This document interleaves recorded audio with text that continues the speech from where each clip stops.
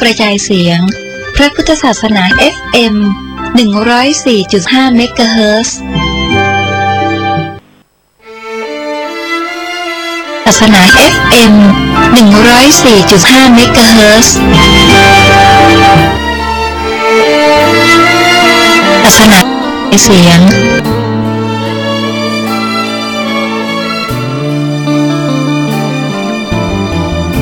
จะเปรียบความหลงนั้นเป็นความหลับที่ไม่ขยับเปลี่ยนปรับขยับขยายความคิดความเชื่อผู้มีความหลงมากมายจะเปรียบก็คล้ายเป็นแค่ความฝันปล่อยจิตให้ฝันทะยานเหิมไม่รู้ตัวเซ่อใจเมื่ออยู่เพียงอย่างนั้นถ้ายังไม่ตื่นไม่รู้ว่าตัวเองฝันขอนอบน้อมแด่พระผู้มีพระภาคเจ้าพระองค์นั้นซึ่งเป็นผู้ไกลจากกิเลสเป็นผู้ตรัสรู้ชอบได้โดยพระองค์เองด้วยเสียงกล่าวขอถวายความเคารพพระเถรานุเถระทุกรูปสวัสดีสามเณรลูกหลานทุกรูปเจริญสุขสวัสดีท่านผู้ฟังทุกท่านรายการต่อไปนี้เป็นรายการสวัสดีชีวิตทางสถานีวิทยุ 104.750 เมกะเฮิรตซ์วัดฝายหินตำบลสุเทพอำเภอเมืองเชียงใหม่ก็มาปะกันวันนี้วันพุธตั้งแต่เวลานี้ไปจนถึง 23:05 น.พูดถึงตะวาก็พูดถึงครอบครัวเนาะว่าครอบครัวนี่เป็นสถาบันหนึ่งที่มีความสำคัญเกี่ยวกับชีวิตของทุกชีวิตที่ตั้งขึ้นมาเป็นครอบครัวเกิดมาจากความฮักความเข้าใจกันจึงเป็นสถาบันครอบครัวมีพ่อมีแม่มีลูกมีหลานก่อนที่จะมีพ่อมีแม่มีลูกมีหลานก็จะมีบรรพบุรุษปู่ย่าตายายที่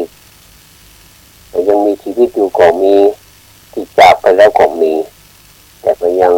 สืบสกุลต่อมาซึ่งเหล่านี้ทั้งหมดทั้งมวลเราเรียกว่าสถาบันแต่สถาบันนี้ถ้าหากว่าสถาบันครอบครัวมีคุณภาพมีความเป็นอยู่ที่บ่เดือดร้อนมีความเป็นธรรมก็จะสามารถที่ทำให้สถาบันนั้นมั่นคงเป็นปึกแผ่นแล้วก็ยังส่งผลไปถึงสถาบันที่กว้างขึ้นไปก็คือสถาบันชาติจนถึงประชาคมโลกเป็นภาพกว้างซึ่งใหญ่ที่สุดในสถาบันทั้งหลายทั้งปวงทีนี้ครอบครัวนั้นแต่ละครอบครัวนั้นก็ต่างได้ผ่านชีวิตของวัยรุ่นมาแล้วเพราะฉะนั้นจึงเรื่องของการพัฒนาวัยรุ่นเนี่ยก็มีความสำคัญที่เราจะต้องศึกษาอยู่เหมือนกันเพราะว่าเราก็ต่างคนต่างผ่านตรงนั้นมาแล้ววัยรุ่นนี่เป็นวัยที่มีอายุตั้งแต่13 ถึง 20 ปีเป็นวัยเกินเด็กเกินผู้ใหญ่มีภาวะความเจริญเติบโตค่อนข้างที่จะเร็วซึ่งเป็นความเปลี่ยนแปลงครั้งสำคัญที่สุดระยะหนึ่งของชีวิตมนุษย์เรื่องนี้เราก็เคยตั้งแต่วันแรกของการดำเนินรายการนี้มาแล้วเนาะก็จะเฉพาะที่ในส่วนที่เกี่ยวข้องที่เราไม่ได้ ได้อู้ในส่วนที่มันไม่ได้อู้เตือนคือการเปลี่ยนแปลงหรือการพัฒนาร่างกายเนี่ยเมื่อเด็กหญิงมีอายุย่างเข้า13 ถึง 15 ปีเนี่ยหรือว่าเด็กชายมีอายุย่างเข้า14 ถึง 17 ปีนับว่าได้ย่างเข้าสู่วัยรุ่นหรือวัยแตกเนื้อหนุ่มสาวซึ่งจะมีการเปลี่ยนแปลงทางร่างกายการพัฒนาร่างกายของวัยรุ่นกระจายนี่มักจะเจริญเติบโตเข้าสู่ระยะวัยรุ่นช้ากว่าไม่ยิง1 ถึง 2 ปีเมื่อกระจายย่างเข้าสู่วัยรุ่นแล้วร่างกายจะมีการเปลี่ยนแปลงอย่างรวดเร็วในตอนต้นและก็ลดอัตราการเจริญเติบโตช้าลงเมื่อเข้าสู่ระยะตอนปลายนะการเปลี่ยนแปลงทางร่างกายของวัยรุ่นชายโดยทั่วไปแล้วร่างกายจะขยายใหญ่แล้วก็สูงขึ้นอย่างเห็นได้ชัดแขนขาจะยาวแล้วก็ใหญ่ขึ้นน้ำหนักและก็ส่วนสูงจะเพิ่มขึ้นอย่างรวดเร็วจนถึงอายุประมาณสัก17 ถึง 19 ปีเนี่ยประมาณนี้เนาะหลังจากนี้ส่วนสูงก็เพิ่มขึ้นเห็นน้อยเดียวในระยะวัยรุ่นนี้มีลักษณะเพศที่2ขึ้นก็ขั้นที่2ก็คือเจริญขึ้นเรื่อยๆนะมีกล้ามเนื้อมากขึ้นแข็งแรงขึ้นไหล่กว้างเนี่ยทำให้แกร่งสมเป็นกระจายมีผลขึ้นตามบริเวณต่างๆเช่นหน้าแข้งลำแขนก็นี่หนวดเข่าเริ่มหยาบขึ้นเสียงจะห้าวขึ้นอันนี้ก็จะสิ้นสุดลงประมาณอายุ19 ถึง 21 ปีส่วนแม่หญิงนั้นก็เข้าสู่วัยรุ่นแล้วก็ร่างกายจะมีการเปลี่ยนแปลงอย่างรวดเร็วแล้วก็ค่อยๆลดอัตราการเปลี่ยนแปลงช้าลงเมื่อเข้าสู่วัยรุ่นตอนปลายเช่นเดียวกับกฎใจอารมณ์ก็จะมีบทบาทต่อระยะวัยรุ่นนี้ค่อนข้างที่จะหนักเพราะฉะนั้นวัยรุ่นมักจะมีกิจกรรมเกือบทุกอย่างด้วยการใช้อารมณ์เพื่อเหตุนี้การปรับตัวของชีวิตในวัยรุ่นเนี่ยจึงมักเป็นไปอย่างยุ่งยากสลับซับซ้อนอย่างที่เคยเล่าไว้ตอนก่อนนั้นเรื่องของความสำเร็จหรือความล้มเหลวเนี่ยมันจะปะกันที่2 อย่างก็คือถึงสำเร็จตัวแล้วก็ล้มเหลวนักยิ่งขึ้นอันจะเป็นแนวทางไปสู่การพัฒนาอารมณ์ที่กว้างขวางต่อไปอารมณ์ของวัยรุ่นนี้มักจะบอกค่อยจะคงที่เท่าใดเกิดการแปรปรวนได้ง่ายซึ่งมักจะทำให้เกิดปัญหาในการติดต่อหรือมีความสัมพันธ์กับบุคคลอื่นๆและก็วัยรุ่นนี้มักจะได้รับการตำหนิตีเตือนจากผู้ใหญ่อยู่เสมอเนี่ยมาถึงตรงนี้ก็จะอู้แน่ว่าผู้ใหญ่ในที่นี้โดยเฉพาะอย่างยิ่งก็คือพ่อคือแม่มักจะอู้กับลูกซึ่งเป็นวัยแต่ว่าเราอ่อนกว่าใจแต่ว่าคนในกว่าเชิงนี่นะกำลังจะมีการเปลี่ยนแปลงเนี่ยถึงอารมณ์ถึงร่างกายนี่นะถ้าเป็นพ่อมักจะอู้มานักส่วนมากพ่อนี่อู้มาให้นักสังเกตผลกระจายอู้มาให้นักส่วนมากจะไปย่อยที่แม่นี่อู้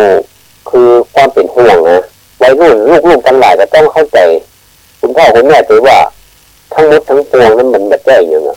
เพราะเป็นห่วงนะจะอู้ถึงคุณพ่อละคุณพ่อนี่บอกให้ปากนักคือปากตัวเดียวก็คือจบบอกให้อู้อย่างนักจะทำตัวเป็นตัวอย่างอย่างเดียวคือจะเงียบให้จะคอยดูว่าพฤติกรรมที่พ่อว่าไปเนี่ยบอกว่าอันนี้ควรทำบอกควรทำเนี่ยเขาจะทำหรือว่ามาทำตามที่ได้แนะนำก่อนนะเอาแบบอยากจะใช้คำว่าเป็นคำสั่งแต่ว่าเป็นคำแนะนำเป็นคำที่พ่อแม่การกรองมาแล้วว่าให้ลูกได้เป็นคนดีนี่เขาอู้เหตุผลเขาฟังนี่ก็จะน่าจะดีกว่าการสั่งพ่อสั่งให้ทำอย่างนี้ได้อย่างมันเหมือนการสั่งคนธรรมชาติของคนมันถึงไม่ชอบคำสั่งอยู่แล้วถ้าหากว่าจะอู้ฟังปรึกษากันนอกอย่างนี้นะจะดีกว่านี่นะแต่อู้อย่างนี้นะก็จะลดความรุนแรงของอารมณ์วัยรุ่นลงกันนะครับซึ่ง ายๆถ้าเขาเหมือนก็ว่าเขาจะบรรทุกกับจริตของเราเพราะจริตของแต่ละคนนั้นบ่เหมือนกันบางคนก็ใช้วิธีแบบผู้น้อยแต่ว่าปฏิบัติหนักซึ่งขณะนี้วัยรุ่นจะแยกบอกว่าพ่อแม่ต้องการอย่างกันแน่อย่างนี้ลูกจึงไปทางใดอย่างเขาบอกเข้าใจเรานะเรื่องนี้นี่จะมีที่เป็นเรื่องเป็นราวมาทั้งที่เป็นชีวิตจริงแล้วก็แบบจริงนะอาจจะเป็นละครสั้นๆเป็นซีรีส์สั้นๆเนี่ยเป็นอย่างที่พอแล้วมันได้ความคิดนะอย่างมีลูกสาวคนหนึ่งอยู่กับแม่สอนยังก็เป็นลำคาญมันบอกว่าลำคาญขนาดเป็นสาวแล้วนะลำคาญเอาไปมาเมาเล่นกับมือถือแม่ก็บอกว่ากินข้าวให้กันกับลูกแล้วก็ขึ้นเล่นกันได้แล้วพี่เป็นอย่างนี้ก็บอกปลอดใจก็บอกกินไปเรียนก็ไปหน้าสื่ออยู่ต่อมาแม่ก็ทนอยู่กับลูกเนาะทนอยู่มาวันหนึ่งมีเจ้าวันหนึ่งแม่ก็ลาเข้าด่านน้ำที่โต๊ะคือมันไม่เดือดร้อนเลยนะลูกแม่ก็ไม่ได้ยินอย่างเข้าห้องน้ำทำภารกิจส่วนตัวเรียบร้อยแบบมันนั่งกี่เข้าไปโรงเรียนอะไรนั่นนะคือไม่ได้ยินอย่างทุกอย่างหุงข้าวหุงปลาเขาก็เข้ากับป่ากับแม่ทางนั้นจัดการที่วัดสตางค์วางไว้ที่บนโต๊ะก็เอาสตางค์มันนับตอนนี้แทบจะหูทีมหมดละก็เลยเตือนสอบหาแม่ว่าแม่มีไหนเนี่ยก็เตือนลงมาเนี่ยก็จะได้เถียงแม่ก็แล้วอย่าไปโรงเรียนเนี่ยถ้ามาได้เถียงนี่จะสบายใจเป็นประจำเป็นกิจวัตรนี่วันนี้แม่มีไหนมันลงมาชอบหาแม่บ้านมันมีหลายชั้นที่จะสองชั้นก็หาว่าเป็นว่าแม่นั่งที่ตีนขั้นใดท่านแม่เป็นลมอยู่นั่นน่ะเป็นว่าแม่เป็นโรคหัวใจซึ่งการเป็นโรคหัวใจนี่มันยอมบอกให้ลูกเลยทำงานทุกอย่างในบ้านทุกอย่างเลยถ้าจะรวมถึงซักผ้าซักหัวนี่รีดผ้ารีดหัวนี่เรียบร้อยหมดนะเก็บแต่รองเท้ารองเท้าทั้งหมดอันนี้ของแกมาหูอีกจะเสียใจตั้งนี้ไปบวกก็จะเป็นคนดีละมาทำนี่ละสองคนแม่ลูกเขาไปกอดกันซึ่งอันนี้ก็เป็นเรื่องราวของแม่กับลูกไม่อยากจะให้วัยรุ่นเป็นอย่างนี้นะเพราะว่าผลสุดท้ายมานี่มันทำให้กระทบกระเทือนใจของพ่อแม่ไม่อยากจะให้วัยรุ่นเป็นอย่างนี้ต้องเขาทำบาปแต่เข้าใจว่าวัยรุ่นสมัยเนี้ยเป็นวัยรุ่นที่ได้รับการศึกษามานักแล้วก็หันสื่อเหล่านี้มานักคงจะเตือนสติเตือนใจให้แบบว่าให้ได้ทำอย่างนี้กับพ่อแม่ต้องเข้าใจพ่อแม่ไปนะพ่อแม่นี่อาจจะเป็นคนที่โบราณไปหน่อยก็ได้แต่ว่าเป็นฮักเขาขนาดนะเป็นฮักเขาขนาดเป็นถึงได้ปากกับเขานักนะคนอื่นเพิ่งไม่ได้สนใจก็ได้นะสนใจกับลูก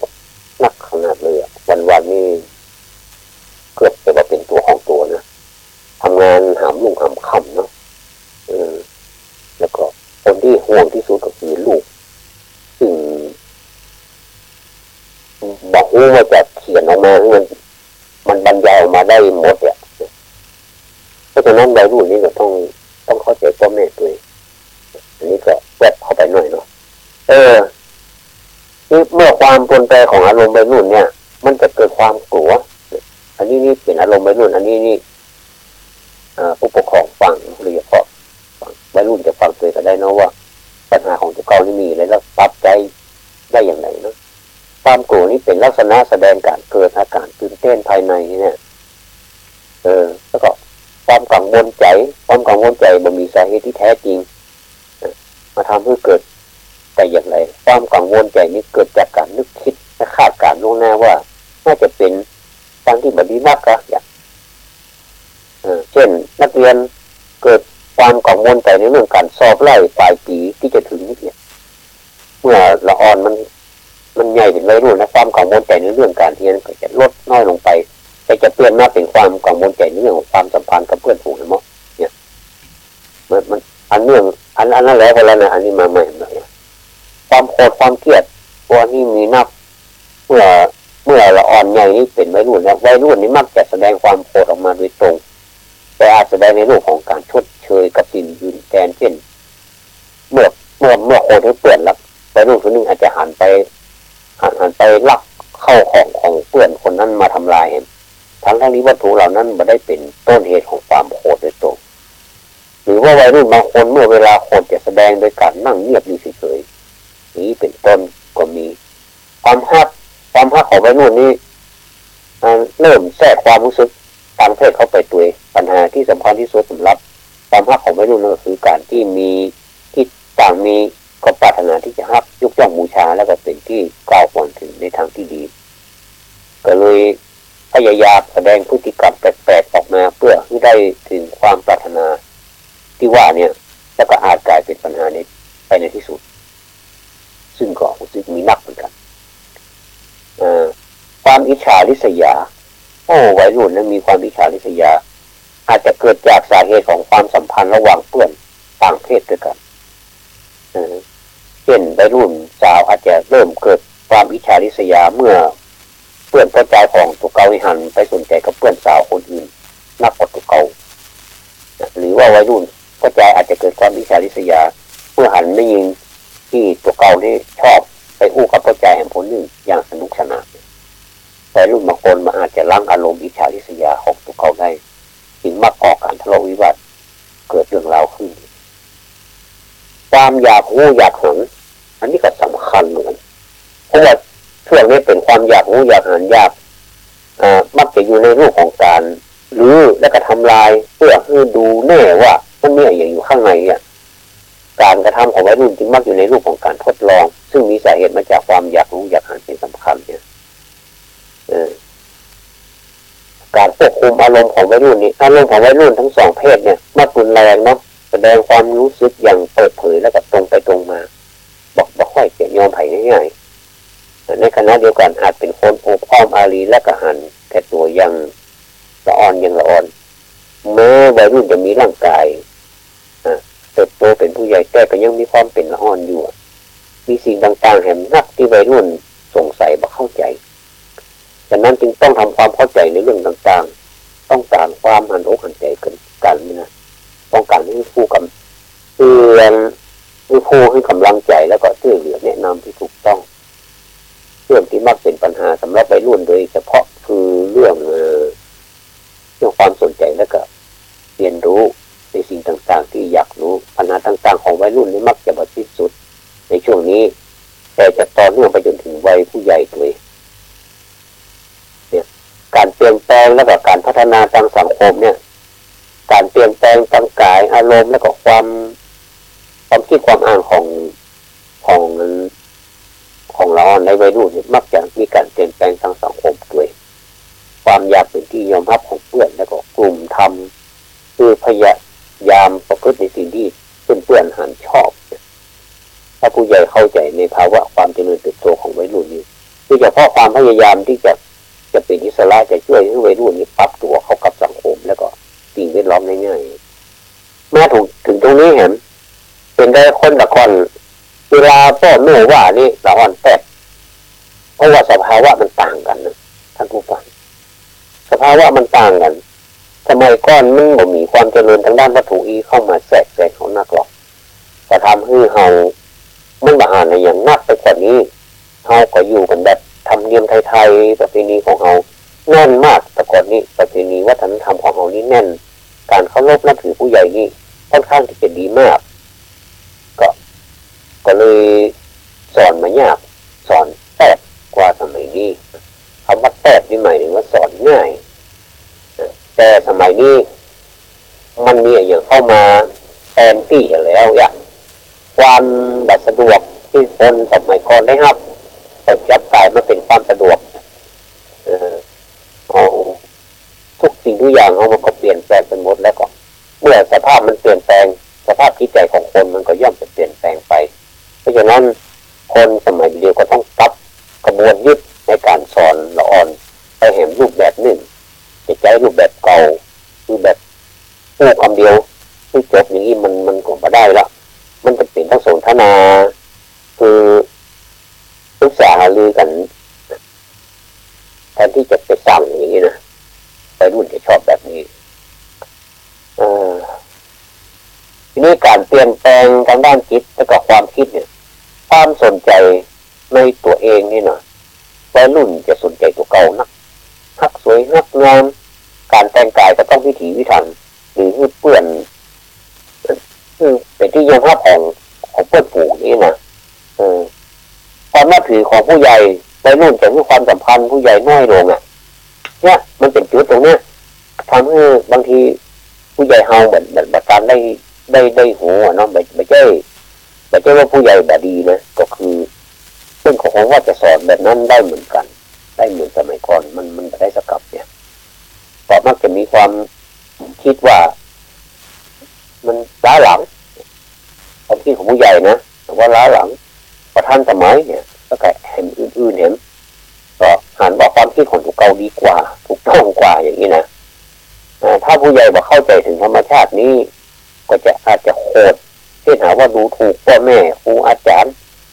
อาจดุว่ารุนแรงแล้วก็เกิดปัญหาความขัดแย้งตามมาที่รุนแรงได้ที่เฮามักจะอู้กันว่าเราอ่านสมัยนี้สอนยากเนาะเนี่ยก็จริงอยู่ก็แม่นแต่ว่าถ้าเขาเข้าใจนี่ขึ้นเห็นน้อยนึงนะเขาก็จะอยู่กับเขายังมีความสุขแล้วก็ไอ้อย่างที่มันเป็นปัญหารุนแรงมันก็จะลดลงมาเนาะความเป็นตัวของตัวเองนี่วัยรุ่นนี่เป็นวัยที่ต้องการเป็นตัวของตัวเองแล้วก็มีความต้องการรับผิดชอบตัวเองเลยแต่ว่าโดยสภาวะละยังแบบต้นท้องว่า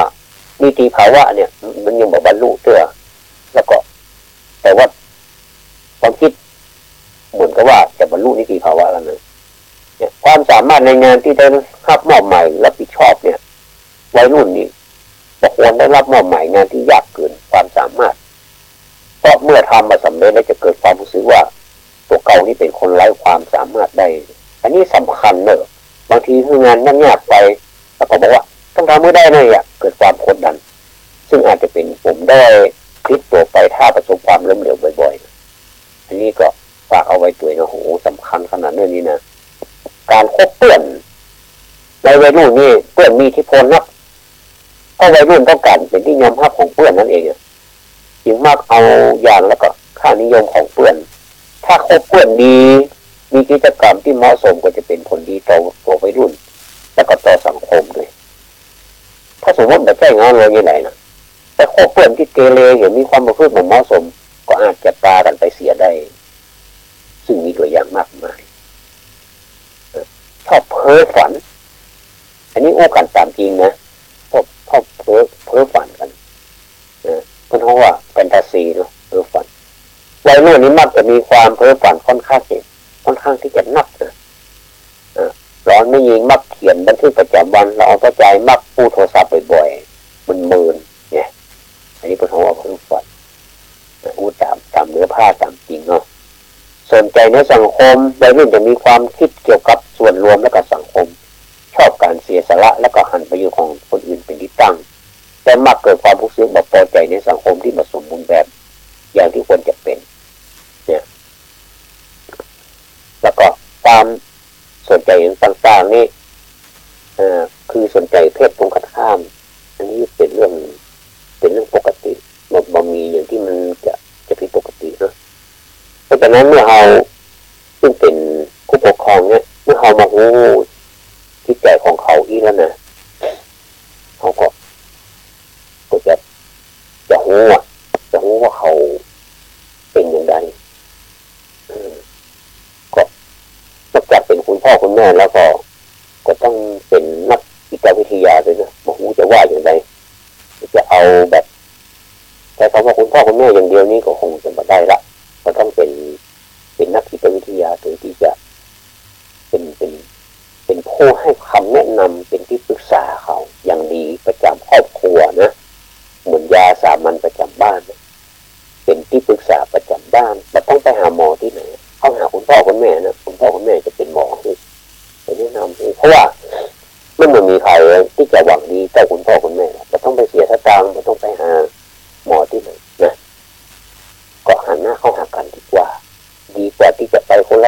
ละทางรู้สึกจะบอกเขาถ่าเนาะแตกสามัคคีไปเยอะแยะแล้วก็ครอบครัวก็จะแบบเป็นครอบครัวละจะกลายเป็นเข้าหน้ากันแบบติดจะเป็นแบบจะสามัคคีกันแล้วอยู่แบบม่วนกินแบบหวานละนี่นะก็เพราะฉะนั้นนี่ความเป็น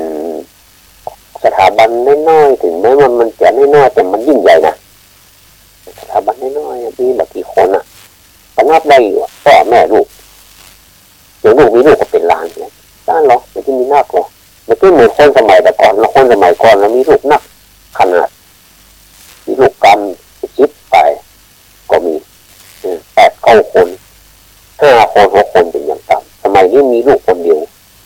คน2 คนนี่ก็มาแก่แล้วก็อย่างแต่ว่าเป็นไรมันต่างกันนักหรือมาควบคุมกันเนี่ยจริงเขาเข้าใจที่ว่าควบคุมกันเนี่ยไม่ใช่เพียงแต่ว่าเขาเข้าใจกันไม่ได้ตอนนี้ไปถ้าเขาเข้าใจกับเรามันจะมีความสุขสำราญบานอกบานใจพอหน้ากันของมันแล้วก็พอเห็นหน่อยนึงว่า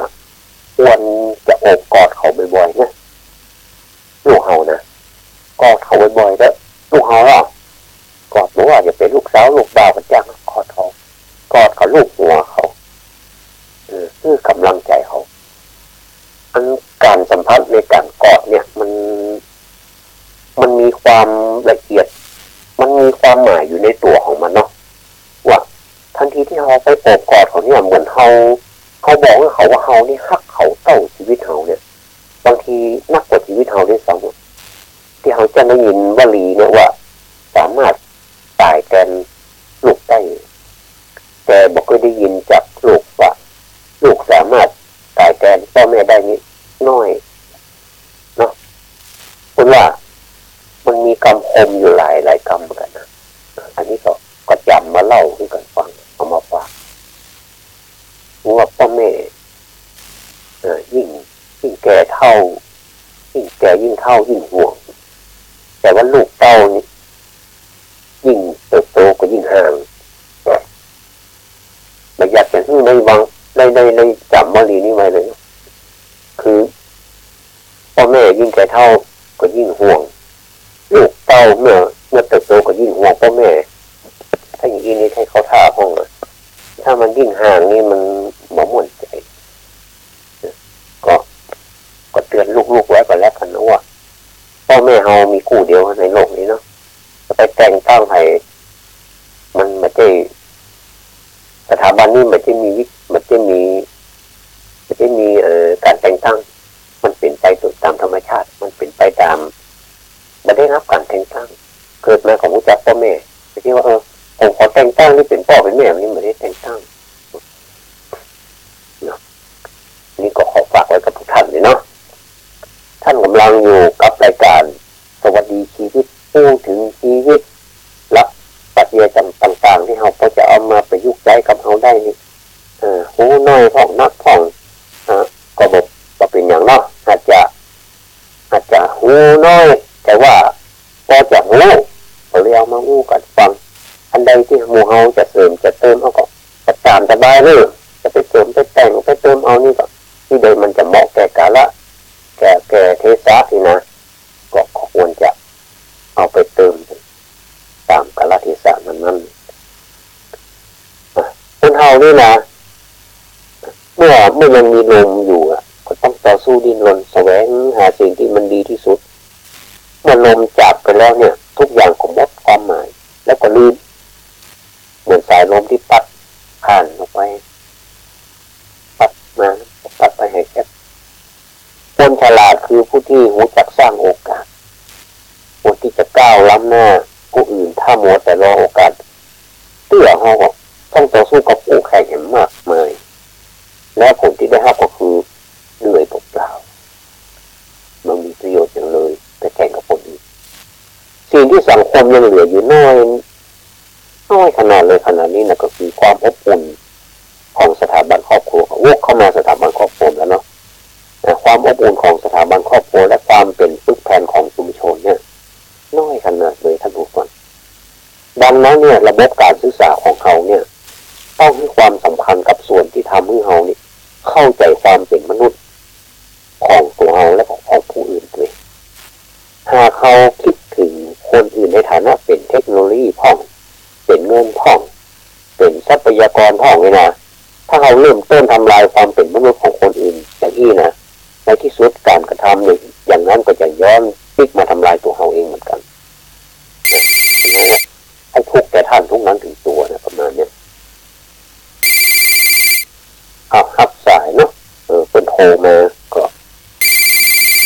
อาจารย์สะดวกกว่านะ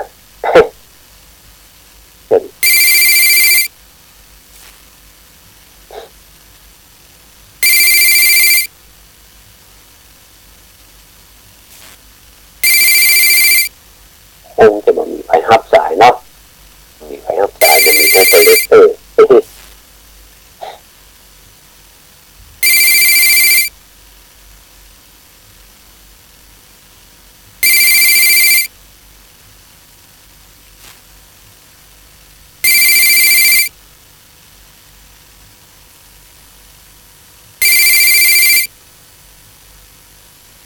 คงจะมีท่านผู้ฟังที่จะ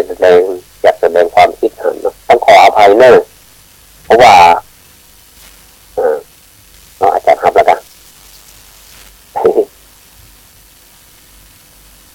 ก็ต้องขออภัยด้วยเนาะก็ขออนุญาตอูต่อเนาะที่ถ้าอย่างไรแล้วสมมติอาจารย์ครับก็จะอูได้เนาะเพราะฉะนั้นนะขออนุญาตอูต่อเนาะเพราะฉะนั้นนี่บอกว่าเขาหรือว่าเขาเนี่ยจะจัดการกับตัวเองจะได้กดจ้างล้วนบังอาจหลีกหนีกันไปได้ไม่จะต้องมีผลกระทบต่อกันอย่างแน่นอนเนาะการแสวงหามุมมองใหม่ๆก็คงจะน่าสนใจแล้วก็ได้ประโยชน์มากกว่าการย่ำแล้วก็ย้ำอยู่เพียงแค่ใครเป็นมิตรใครเป็นศัตรูสังคมเป็นอย่างนี้จะแท้เลยท่านผู้ฟังน่าเป็นห่วงนะมันแบบสายเกินไปที่เราจะหันหน้าเข้าหากันมันต้องไปฟังกันแล้วอ่ะเขาจะอยู่กับโลกนี้เห็นปีๆก็บอกโอ้แล้วก็บอกมีนิมิตหมายบอกให้เขารู้ว่าเขาจะถ่ายเมื่อใดถ้ากันไปดีกว่าก็ไปทำคุณประโยชน์น่าก็ช่วยกันส่งเสริมคนใดเพียงความก็ช่วยกันเตือนมันก็ทำให้เรามีความสุขทั้งสองฝ่ายดีกว่าเขาไปย้ำกันที่นี่บัดดีนะถึงแม้ว่าเรารู้ว่าไข่ในโลกจะสมบูรณ์ทุกอย่างแต่ตรงนี้แบบสำคัญเท่ากับการที่เราจัดปรับตัวเองเข้ากับโลกได้มากแค่ไหนการปรับเข้ากับโลกได้เนี่ยมันมีหลายวิธีมันมีการทำดีเนี่ยทั้งรับหลังและก็ต่อหน้ารับหลังก็ได้ทำความดีประจำปีต้องปรากฏต่อสาธารณชนก็ได้ทำความดีแล้วมันมีความสุขกระทับตึกอย่างนี้ตัวเก่าเนี่ยเทียนเฝ้ามองโลกในแง่ดีงามอย่างนี้นี่หรือปะหันความดีร้ายที่เกลื่อนกระจายดีทั่วไปเนี่ยเป็นเขาว่าเขาจะหูได้แค่ไหนแล้วก็ปรับตัวได้แค่ไหนชีวิตในภาวะสมดุลคงประกอบให้เกิดการเปลี่ยนแปลงอย่างได้เหมือนน้ำมันหนิ่มอยู่ในบึงใหญ่หากมันมีอะไรอย่างมากระทบมันยากยิ่งที่จะก่อแรงกระเพื่อมให้แก่ผิวน้ำได้มันก็จะนิ่งอยู่ของมันอย่างนั้นแต่กับความนิ่งของผิวน้ำนั่นน่ะเบื้องล่างของมันอาจจะไหลเชี่ยวเป็นเกลียววนอยู่วันแล้ววันเล่าหรือหากมีสภาพเป็นน้ำนิ่งๆจริงๆเนี่ยคงเป็นบึงใหญ่ที่จะสะสมตะกอนแล้วก็สิ่งของต่างๆเป็นจำนวนมหาศาลเพื่อประโยชน์กับตัวเองเนี่ยควรหัดรู้จักการปรับเปลี่ยนท่าทีเพื่อสร้างมิตรภาพความฮักและก็ความเอื้ออาทรต่อเพื่อนมนุษย์ซึ่งมีชีวิตอยู่ในสังคมเดียวกันพ้องบอกควรที่จะไปจ้องทำลายกันถึงแม้จะมาได้ตามที่มุ่งหวังเพียงทำได้พ้องแค่นี้ก็ดีนักแล้วนะดีนักแล้วถ้ามาทำหนังก็มองคนอื่นไปทำแล้วก็พัฒนาตัวเองจะดีกว่าที่จะไปจ้องทำลายซึ่งกันและกันมนุษย์ได้ชื่อว่าเป็นสัตว์ที่ฉลาดที่สุดพี่น้องว่าอย่างไรฉลาดนะมนุษย์เนี่ยนะมีความสามารถในการ พบสิ่งมหัศจรรย์ต่างๆได้มากมายแต่ความมหัศจรรย์ที่ล้นฟ้านั่นน่ะมีต้นต่อที่แท้จริงมาจากธรรมชาติทั้งนั้นเลยเมื่อคนพบว่าทรัพยากรในโลกนี้สามารถสร้างสรรค์สิ่งอำนวยความสะดวกที่อย่างมากมายเนี่ยทำให้ลำพองใจจนหลงลืมไปว่าสิ่งเหล่านั้นย่อมมีวันหมดไปจากโลกอันนี้มนุษย์บอกว่าคำนึงถึงใจกันจนเพลินเนี่ยใจกันจนเพลินไปเลยการผ่านทรัพยากรอย่างบ่มีคุณค่าอย่างบอกโอ้คุณค่าเนี่ยมันมีคุณค่านะแต่เขาบอกว่าคุณค่ามันบอกนักขนาดแต่เขาก็บอกบรรยะบรรยังนี่นะและบางหารความจำเป็นของการหามาทดแทนเนี่ยสักวันหนึ่งก็จะกลายเป็นหอกและทิ่มแปลงมนุษย์กันเองเนี่ยยังเจ็บปวดที่สุดไอ้เกยคือท้องนี่เข้าใจว่ามีคนกึดกันหลายเหมือนกันแต่บอกจะยิ่งยังไงว่าเขาจะตระหนักว่าได้สูญเสียสิ่งที่ยิ่งใหญ่ที่สุดสิ่งหนึ่งก็สายเกินไปแล้วนั่นก็ศิลปะโบราณอันเกิดจากภูมิปัญญาบรรพชนที่ถูกถ่ายทอดอย่างต่อเนื่องนี่ก็สำคัญบรรพชนทำไว้ให้เราด้วยความภาคภูมิใจนะด้วยความห่วงแหนแต่ก็ด้วยความตระหนักซึ้งในคุณค่าสายใยชีวิตที่ทับทอไปเรื่อยๆอย่างเรียบง่ายเลยนะความหมายของชีวิตจึงล้ำลึกและก็แฝงเล่นอยู่ในผลงานทุกชิ้นที่ได้ทำเป็นความสุขและความหวังที่ไม่มีวันที่สิ้นสุดเลย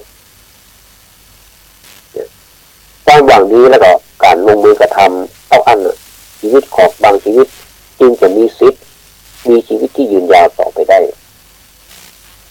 บางเตื้อเนี่ยสิ่งที่มีชีวิตน้อยๆนี่นะก็ช่วยให้เราได้คิดไปเหมือนกันไปคิดไปว่าความงามภายนอกที่หันนั่นน่ะความจริงก็คือเปลือกหาใช้แก่นอันบ่งบอกถึงความงามที่แท้จริงไม่อันนี้เป็นสัจธรรมแต่จะมองกันแต่เปลือกนี่มันได้ต้องลึกเข้าไปหาแก่นด้วยหนังสือนี่เป็นสื่อกลางของการเรียนรู้เป็นเหมือนครูที่บันทึกถ่ายทอดเรื่องต่างๆเรื่องราวต่างๆที่ก่อให้เกิดการพัฒนาในด้านต่างๆทั้งต่อตัวเก่าและก็ต่อประเทศชาติและสนองต่อความต้องการด้านพัฒนาทางการศึกษาทางวิชาชีพของประชาชนในส่วนรวมเนี่ยผลกระทบที่เกิดจากความเจริญนี่นะประเทศที่พัฒนาเพราะความเจริญนั้นกล้าของคนนี่น่าจะแปลงขึ้นนะแต่สภาพปัจจุบันนี้ความเจริญทำให้กล้าของคนที่ถูกลงมันแปลกออกเช่นพ่อสามารถฆ่าลูกได้หรือลูกสามารถฆ่าพ่อได้อันนี้นี่สะเทือนใจทั้งนั้นเพราะอย่างเพราะความโกรธทำให้มนุษย์บ่มีกฎหมายเนี่ยอันนี้นี่ร้ายแรงขนาดนี้ทะเลาะเบาแวงอันนี้เป็นเรื่องธรรมดาสักหาเหตุผลอย่างนี้นะพอได้เหตุได้ผลแล้วก็สรุปแล้วก็จบลงด้วยความสันติสุขอยู่ด้วยกันอย่างมีความสุขอันนี้นี่มันเป็นปัญหาแต่ว่าถึงกับฆ่ากับแกงอันนี้นี่น่าคิดขนาดเลยโอ้มนุษย์ขนาดนี้ปรำบนเรือกันนี่เขาก็ขึ้นไปแล้วน่าสลดใจนะความสัมพันธ์ระหว่างคนกับคนกับธรรมชาติแล้วก็คนกับสิ่งนอกเหนือธรรมชาติจะเป็นวัฒนธรรมของชุมชนเช่นการอนุรักษ์ดินการอนุรักษ์น้ำป่าสัตว์พี่น้องเพราะสิ่งเหล่านี้หากขาดหายไปจากชีวิตเราหรือถูกทำลายเนี่ยสิ่งมีชีวิตแล้วก็คนก็จะตายเอาไว้ไปบนเหลือวัฒนธรรมนั้นมีทั้งตัวจริงและก็ตัวปลอมนะท่านผู้ฟังเนาะคนส่วนมากรู้จักแต่ตัวปลอม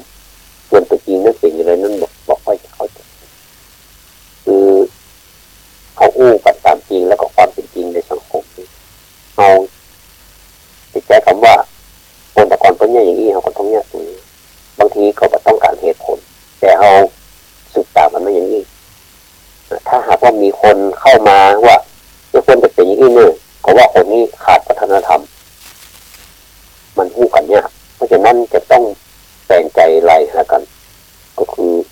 เอาความถูกต้องเนี่ยอันนี้เคยถามเป็นปัญหาว่าความถูกต้องนะความถูกใจนะกฎบังคับกันเนี่ยจะเอาอะไรนะตอบไปต่างๆนั่นนะบางคนบอก ำตอบที่ถูกต้องก็คือความถูกต้องถ้าเอาความถูกต้องนี่มันจะหันหน้าเข้าหากันได้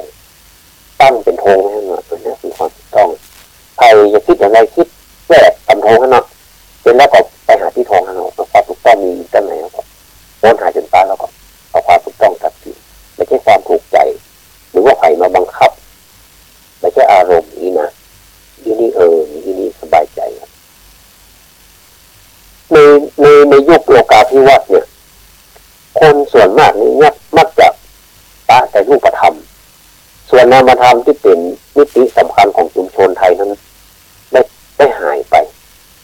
เหลือแต่เพียงวัฒนธรรมปลอมอันนี้อาจจะเป็นคำที่รุนแรงไปนะแต่ว่าค่อยๆฟังไปก็จะรู้สึกหันตัวนะวัฒนธรรมที่เป็นแก่นแท้นี้ได้หายไปสิ่งที่เหลืออยู่ในการพัฒนาคือเงินนี่เป็นกระแสหลักไปแล้วเรายึดถือเงินเป็นคุณค่าหลักเป็นสุดยอดของการแข่งขันสมองคนนี่เป็นเรื่องที่ถูกเน้นหนักขึ้นเน้นเรื่องเทคโนโลยีเน้นเรื่องการจัดการให้คนเป็นตัวประสิทธิภาพในการผลิตการจัดการในองค์กรรวมการเอื้ออาทรในเชิงสังคมได้หายไปแต่การแข่งขันเอารัดเอาเปรียบเข้ามาแทนที่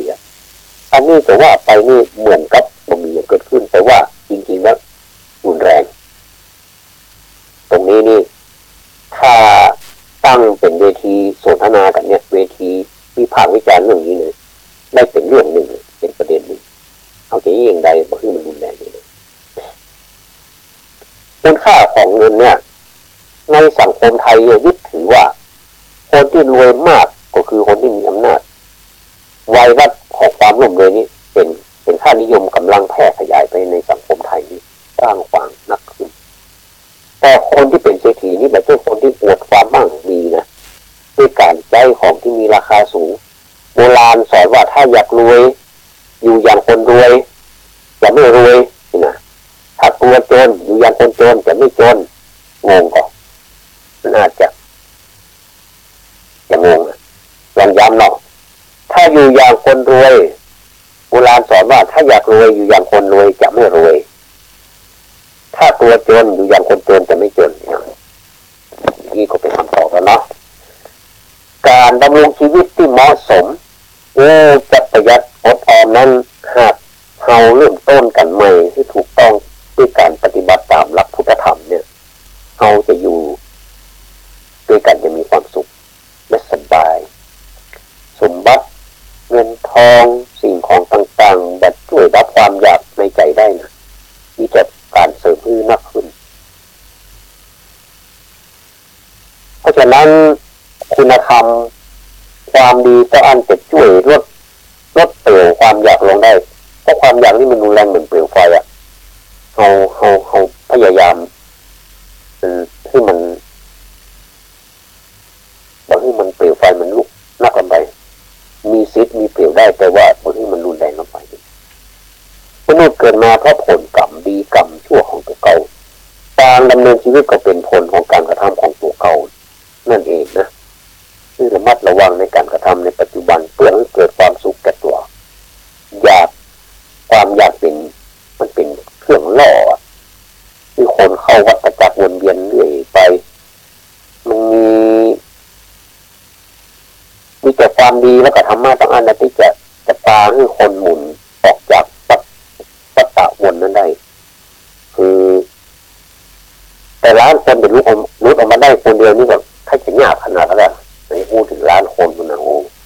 ไม่ได้เลยความอยากทุกอย่างนำความเดือดร้อนมาที่ทางนั้นแต่การอยากทางธรรมคือการอยากเป็นคนดีเป็นความอยากที่นำความเดือดร้อนมาให้น้อยที่สุดคนที่บอกว่าความอยากเป็นพิษภัยอย่างยิ่งโทษของมันรุนแรงนักลูกใดนะคนบอกเท่ากันก็จะปุ่งเข้าหาเลยแล้วก็เป็นตุกเพราะบอกว่าวิธีหาทางออกมันเข้าไปแล้วหาออกมาได้มีธรรมะของพระพุทธเจ้าด้านปฏิบัติเท่านั้นจึงจะควบคุมหรือปราบปรามต้นเหตุของความอยากได้อย่างเด็ดขาดเมื่อน้ำวัดความลึกตื้นได้แต่ปัญหาหรือความอยากวัดมาได้ จะไปดิ้นรนให้นักเกินไปควบคุมมันให้อยู่สกุลใดที่ประพฤติดีก็จะมีความสุขยิ่งกว่าสกุลที่เป็นมหาเศรษฐีแต่คุณงามความดีต้องอันที่จะพาคนออกจากทุกข์ได้ดังนั้นจึงวันเนี่ยที่สร้างคุณงามความดีเหมือนสร้างรักไว้นะเมื่อตัวเก่าตกน้ำก็จะได้มีที่เกาะคนมีใจที่เป็นธรรมะต้องอันนะที่จะช่วยตัวเองได้แล้วก็เพิ่มปาตัวเองได้ธรรมะของพุทธองค์เป็นเครื่องป้องกันภัยเหมือนมียารักษาโรคไว้ประจับตัว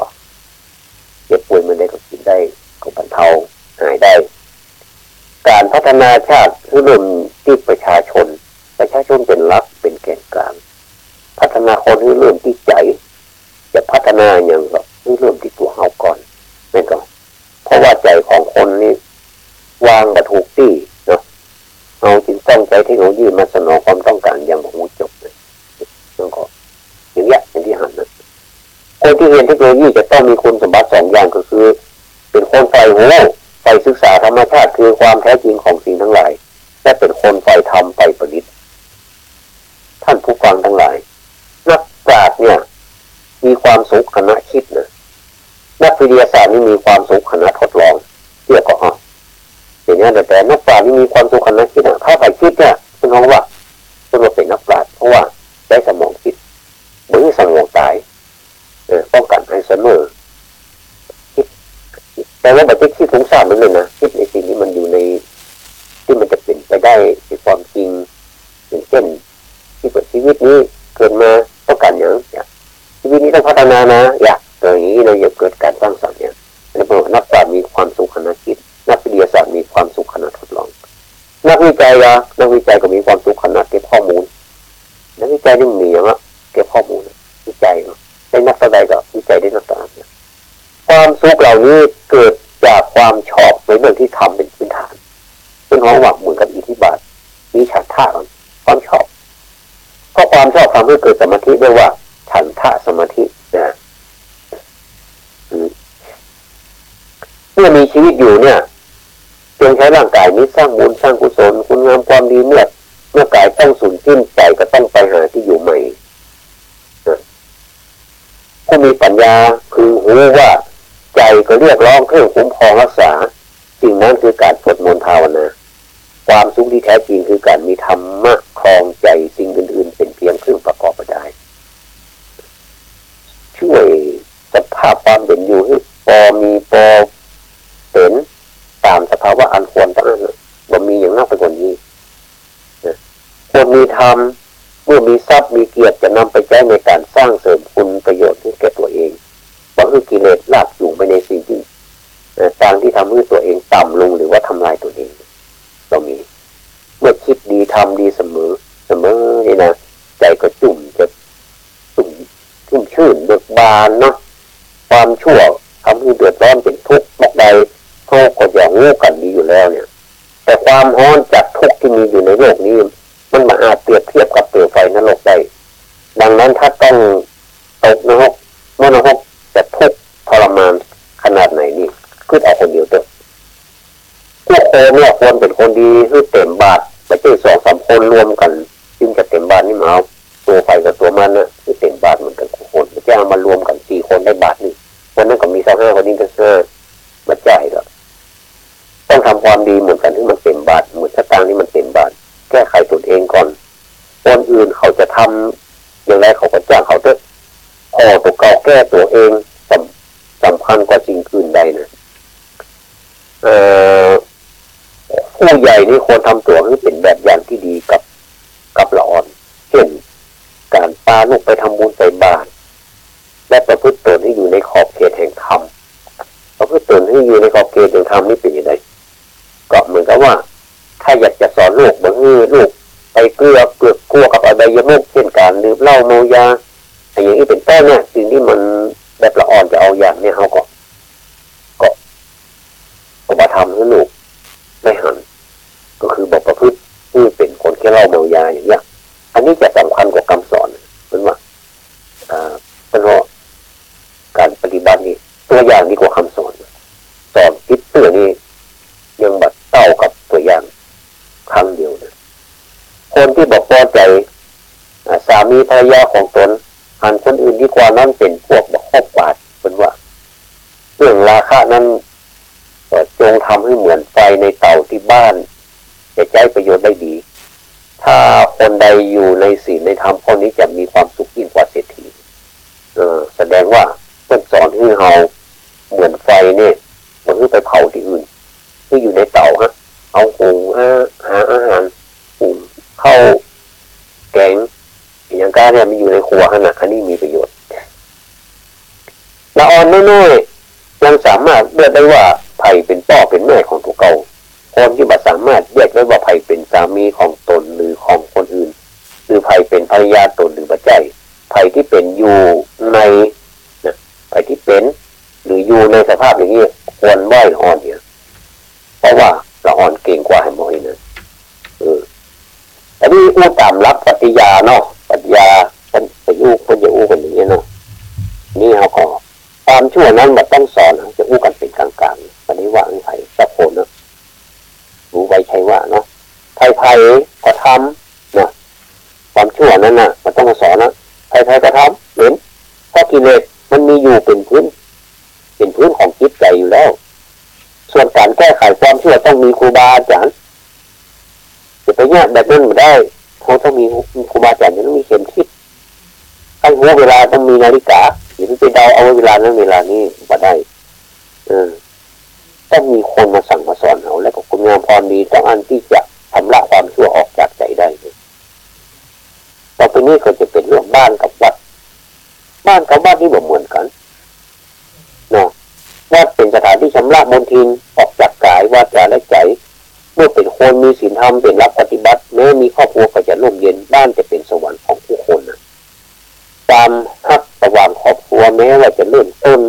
ฮักไม่กิเลสตัณหาก็จริงแต่เมื่อล้วนมาจะเหลือแต่ความเมตตาปราณีทำให้ทอดทิ้งซึ่งกันและกันไม่ได้มันจะเป็นสายใยคล้องกันไปอย่างเงี้ยถึงแม้จะบ่มีเรื่องของกิเลสเข้ามาเกี่ยวข้องก็จะอยู่กันได้อย่างสบายเพราะความฮักที่เกิดจากความเมตตาปราณีนี่เป็นความฮักที่บริสุทธิ์สะอาดบัดเกี่ยวกับตัณหาแต่ว่าหากปฏิบัติธรรมแล้วเกิดความรู้สึกเบื่อครอบครัวเบื่อโลกอยากจะเข้าวัดก็จะไปเกี่ยวความรู้สึกของตัวเก่าที่นักความรู้สึกอย่างนี้มันเป็นตัวมารร้ายมันว่ามารร้ายที่สุดเชื่อนะเฮาหลงเชื่อแล้วอันละครอบครัวทิ้งครอบครัวไปเหี่ย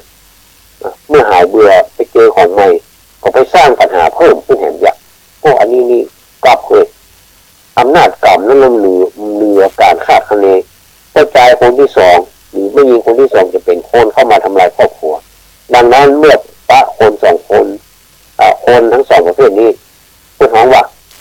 จงเวียงไปให้ไกลข้ามโลกไปเลยนี่นักปราชญ์พูดสอนแต่ได้ว่าไปสักคนก็คือพูดกันเป็นกลางๆใครจะยึดเอาตรงไหนจุดไหนไปใช้ก็ได้นู่นเดินกันตามสบายหรือว่านี่บ่เหมาะก็ได้เอาไปก็ได้บ่เหมาะกับสภาพของเราบ่เหมาะกับของเราเองนะแต่ว่าที่อู้ไปนี่ด้วยความปรารถนาดีทั้งนั้นก็คือมันมีหลายอย่างเหมือนสินค้า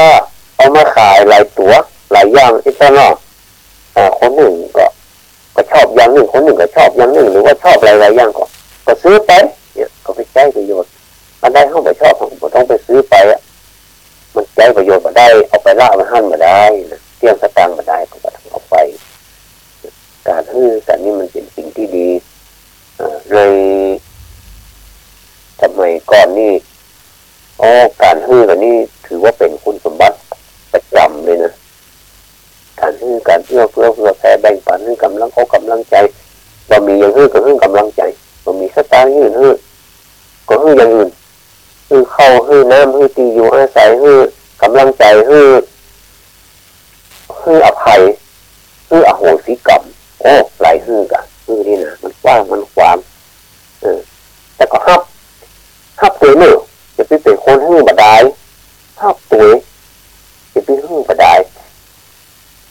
ฮับนี่หมายถึงว่าฮับมาเถอะมีโอกาสได้ฮับถ้าเรานั่นเรานี่เราก็ฮับมาแต่เราก็จะไปลืมคนพ่องก็คือได้มาแล้วก็ฮับไปเหมือนจะได้สตางค์มากระจายไปอย่างเงี้ย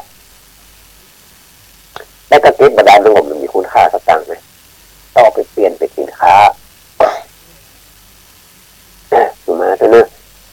ต้องไปเปลี่ยนเป็นสินค้าเพราะมันใช้ประโยชน์สินค้านั้นมันจะเป็นประโยชน์หรือไม่นั้นมันอยู่ที่ตัวเราจะใช้สินค้านั้นแต่ถ้าสินค้านั้นมันเป็นของบดีแล้วก็ควรจะไปซื้อเนาะ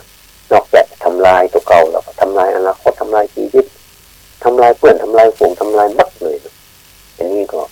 ก็ต้องระวังว่าสินค้านี่มันก็มีหลายอย่างสินค้าดีก็มีสินค้าบดีก็มีความเป็นไปของชีวิตเราเนี่ยถึงวันเนี่ยมันต้องระวังเหลือตะกอนกันนะเพราะว่ามันมีอย่างที่เข้ามาทับถมนักเกินกว่าที่เราจะแยกออกว่าอันนี้มันควรหรือบ่ควรอย่างใดอันนี้ก็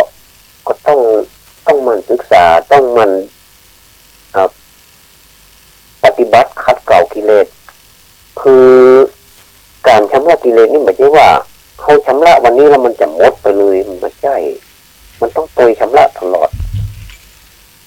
แต่ถ้าเราบอกไปอยู่ตรงหน้าได้นี่ซ้ำดีไปแก้ไขคล้ายๆเราว่า ป้องกันไว้ก่อนน่ะป้องกันไว้ก่อนน่ะดีกว่าไปแก้ไขมันรู้น่ะอันนี้ซ้ำจะดีนี่มีไผอย่างเงี้ยได้พ่องอ่ะเหมือนผู้เจ้าเพิ่นจะไปป้องกันไปทางหน้าเพิ่นจะไปวกหน้ากิเลสสต็อปสิหยุดห้ามมาเนี่ยอันนี้คือหลักการของพระเจ้าแต่มันจะมีคนสักกี่คนจะมาทำได้เหมือนเพิ่นนี่แต่ก็บ่เหมือนก็บ่เป็นอย่างนั้นอันนี้ว่าเขาตัวไปตามรักษามันตัวมันเนี่ยอย่างพิษเขาก็หันก็หูนี่นะเขาจริงแบบนี้เนี่ยคือเขาหูตันมานี่นะนี่ก็น่าจะได้แล้วอ่ะก็ดีแล้วนะแต่ถ้าไปป้องกันไว้นี่สำดีเหมือนกับเขาออกร่างกายออกกำลังอ่ะเพื่อเขาจะไปรอมันป่วยก่อนแล้วก็ไปออกกำลังนี่มันรับออกไปได้แล้วเขาก็ต้องไม่ออกกำลังนี่มันเหงื่อออกเลยแล้วก็การออกกำลังทุกวันนี้มันเป็นกิจวัตรที่เขาจะต้องออกเหงื่อแล้วเขาไม่อาบน้ำกินข้าวกินปลาแล้วก็นอนนี่มันตรงเวลาแต่ดึกจนเกินไปอ่ะทำจิตใจให้แบบเครียดที่สบายอย่างนี้นะอันนี้เป็นหัวว่าไปดักอยู่ตรงหน้ามันคือบัดโรคภัยไข้เจ็บบัดถามหาละเพราะมันออกกำลังกายทั้งวันเป็นวัดถึงจะมีก็มีเล็กๆน้อยๆเป็นวัดเป็นไอนี่ก็เดียววันสองวันหายละบางคนมากินยาด้วยซ้ำนะรู้ตัวว่าขั้นเนื้อขั้นตัวเลยเนาะเอาไม้กวาดที่อันหรือว่าสลาที่อันกวาดถ้าใดมีที่เงี้ยที่โกงใบไม้ใบตอกกวาดมันไปเรื่อยกระเดียวมันแต่ละหายซัดไปทางใดแล้วหมูมันถูกเขาไล่ไปอะไรอย่างอันนี้ฉันเรื่องเอาหูตันมันก็เหมือนกันนะเหมือนกับกิเลสฉันได้กับฉันนั้นนะเขาต้องหูเกมมันนะมันจะเล่นเขาเมื่อใดเขาก็ต้องหูเกมไปดักมันไว้กับซ้ำทีนะโอ้วันนี้ก็อาจจะเป็นหลายเรื่องแล้วท่านทั้งหลายอาจจะเครียดก็ได้แต่ว่าที่มานี่ทั้งหมดทั้งมวลนี่ก็ได้รับมาจากหนังสือนะที่ได้พอมาก็ลายตำราลายครูบาอาจารย์เอามาประมวลซึ่งมันก็ค่อนข้างที่จะเป็นวิชาการไปหน่อยก็ต้องขออภัยสำหรับท่านที่แบบให้ชอบวิชาการแต่ว่าซึ่งมวลนี้เข้าใจว่ามันมีประโยชน์ทางนั้นเลยนะมีประโยชน์ทางนั้นก็หนังสือก็คืออาหารชนิดหนึ่งที่เขากินเข้าไปแล้วมันเกิดประโยชน์กับสุขภาพของเขาและหนังสือนี้มันเป็นอาหารของสมองเลยเนาะป้องกันเหมือนเขาลืมหนังสือเราสะกดถูกบางทีคนเฒ่าคนแก่นะโหขนาดอายุก็จะเฉียดร้อยนะอ่านหนังสือสบายอยู่แบบคิดพลาดเลยนะสะกดแบบชนิดละอ่อนแบบนี้กินมาลงก็คือเพื่อนสามารถสอนละอ่อนได้อ่ะถ้าความเฒ่าแบบมาครอบงำถึงตอนนี้นะถ้าการโก้ไปแล้วก็ไปสอนนี่นะยังเฉียบขาดเฉียบคมเหมือนเดิมนี้ก็มีมันเป็นผลมาจากไหนท่านผู้ฟังเป็นผลมาจากการอ่านหนังสือวันละหนังสือวันละอันหนังสือเนื้อหาที่เราอ่านเนี่ยมันจะเป็นยังก็ได้หนังสือก็ยังก็ได้นะที่มันอ่านแล้วมันเกิดความเพลิดเพลินเป็นตลกก็ได้เป็นยังก็ได้ที่มันทำให้เราอ่านแล้วมันมีประโยชน์กับเราเลยนะก็คิดเอาแต่ว่ามันเป็นอยู่ได้เนาะมีนักขนาดหนังสือโอ้ในห้องสมุดกาตามที่สาธารณะทั่วไปเนี่ยพวกยุคพยาก็มีหนังสือคนถึงโห คนไข้คนไปเฝ้าไข้